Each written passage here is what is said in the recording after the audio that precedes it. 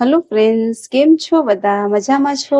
તો ફ્રેન્ડ્સ, આજે હું તમારી સાથે શેર કરી મેદામાંથી આજે આપણે બનાવીશું શક્કરપારા, જે અલગ રીતે અને અલગ ટ્રીક સાથે. તો ચાલો ફ્રેન્ડ્સ, રેસીપી આપણે શરૂ કરીએ. તો આપણે 1 કટોરો જેટલો મેદો લીધો છે. હવે એનું આપણે પાણી બનાવીશું. ચાલો તો ફ્રેન્ડ્સ, આપણે કઢાઈને ગરમ કરવા રાખી દીધી છે અને એનામાં આપણે ઉમેરીશું 1 કટોરી પાણી. અને જે કટોરીનું આપણે પાણી લીધું છે એ કરતા અડધી કટોરી આપણે ખાંડ લઈશું. આવી રીતે જ્યાં સુધી પાણી આપણે ઉકળે અને આપણી ખાંડ જ્યાં સુધી ઘરી જશે ત્યાં સુધી આપણે ઉકળવાનું છે.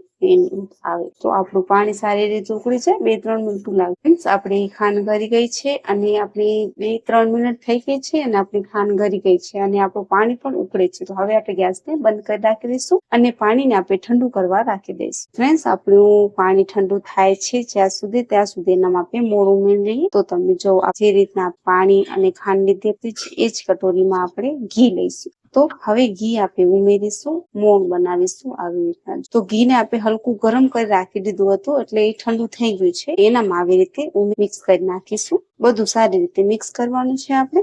એટલા ક્રિસ્પી અને એટલા ટેસ્ટી થાય છે ભુરભુરા આવી રીતના. જો આપણું મોણ કેટલું સરસ થયું છે. આપણે અડધી કટોરી જ ઘી વાપર્યું છે અને અડધી કટોરી આપણી વધી ગઈ છે. જો આવી રીતે તો આપણું મોણ સરખી રીતે મિક્સ થઈ ગયું છે. આવી રીતે તમે મુઠ્ઠીની આવી રીતે બાંધશો ને તો તમને ખબર પડી જશે. આપણે સારી રીતે મિક્સ કરી લીધું છે. હવે જે આપણે પાણી આપણે ઠંડુ કરવા રાખ્યું છે ને એને આપણે લઈ લઈશું. હવે ઠંડુ થઈ ગયું હશે. હવે એનામાં આપણે થોડું પાણી ઉમેરીશું. તો પહેલા આપણે ચમચીની મદદથી બાંધીશું. ગરમ છે એટલે મીડિયમ ઠંડુ થયું છે. તો આપણે કઠણ લોટ બાંધવાનું છે. જેટલું પાણી જોઈએ એ પ્રમાણે તમે પાણી લેજો. મિક્સ કરતા જશું અને લોટને આપણે સારી રીતે બાંધતા જશું. જો આવી રીતે તમે જોઈ શકો. હવે આપણે ઠંડુ સારી રીતે થઈ ગયું છે. હવે આપણે લોટને બાંધી લઈશું. આપણે લોટને બાંધી લીધો છે. જો આવી રીતના કઠણ બાંધ્યું છે. ઘણું બધું પતલું નથી અને ઘણું બધું કઠણ નથી, મીડિયમ આપણે બાંધ્યું છે. જો આવી રીતના. તો હવે એને આપણે ખાંડની દસ્તાથી કૂટી લઈશું. આવી રીતના જો હવે આપણે એને ફરીથી બાંધી લઈશું.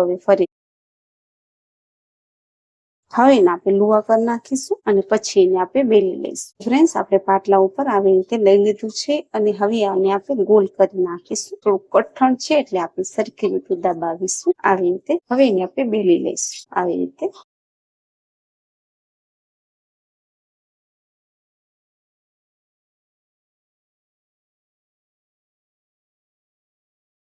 તો ફ્રેન્ડ્સ, હવે આપણે બેલી લીધું છે. હવે એને આપણે કટ કરી લઈશું. તો જો આવી રીતના, જો તમને જે પ્રમાણે જોઈએ મોટા નાના એ પ્રમાણે આપણે કટ કરીશું. છરીની મદદથી આપણે કટ કરી લઈશું. કટ કરી નાખીશું. ફ્રેન્ડ્સ, આપણા શક્કરપારા આવી રીતે મીડિયમ સાઈઝના આપણે કરી લીધા છે. ફ્રેન્ડ્સ, આપણે છરીની મદદથી આવી રીતે કટ કરી લીધા છે અને તમે જોઈ શકો છો. જો આવી રીતના આવી રીતના આપણે બધા કટ કરી લીધા છે અને મીડિયમ સાઈઝના આપણે કટ કર્યા છે. તો હવે એને આપણે તાળી લઈશું. આપણે કઢાઈને ગરમ કરવા રાખી દીધું છે તેલ. હવે એનામાં આપણે શક્કરપારા ઉમેરી નાખીશું. જો આવી રીતના હળવે બધા ઉમેરી નાખીશું અને ગેસને આપણે ધીમું કર્યું છે. ફ્રેન્ડ્સ, ધીમા ઉપર આપણે પકાવીશું. તે સારા રીતે પાકી જશે. બધા આપણે ઉમેરી નાખીશું. આપણે બધા ઉમેરી નાખ્યા છે અને આવી રીતે આપણે જોઈ લઈશું. તો જો આપણા થોડા બ્રાઉન થઈ ગયા છે અને આવી રીતે આપણે ચલાવતા જશું.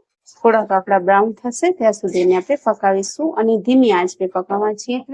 ફ્રેન્ડ્સ, તમે જોઈ શકો છો આપણે થોડા બ્રાઉન થઈ ગયા છે આવી રીતના. તો આપણા શક્કરપારા થઈ ગયા છે તૈયાર. 2-3 મિનિટ સુધી એને આપણે પકાવવામાં લાગે છે. તો જો આવી રીતે સારી રીતે ફૂલી ગયા છે અને બિલકુલ તૈયાર થઈ ગયા છે. નવી ટ્રીક સાથે આજે આપણે બનાવ્યા છે શક્કરપારા છે સવારના ચા માટે, કે જ્યારે તમને ભૂખ લાગે ત્યારે આવી રીતે તમે જરૂરથી ટ્રાય કરજો. અને જો આવી રીતે તો ફ્રેન્ડ્સ, એકવાર તમે જરૂરથી ટ્રાય કરજો. અને આ રેસીપી તમને, આ નાસ્તો તમને સરસ લાગવો હોય તો તમે મારી ચેનલને લાઈક, સબસ્ક્રાઇબ અને તમારી ફ્રેન્ડ સાથે તમે શેર પણ કરજો. અને ત્યાં સુધી તમારું ધ્યાન રાખજો અને નેક્સ્ટ વિડીયો સાથે આપણે ફરીથી મળીશું. ત્યાં સુધી ધન્યવાદ.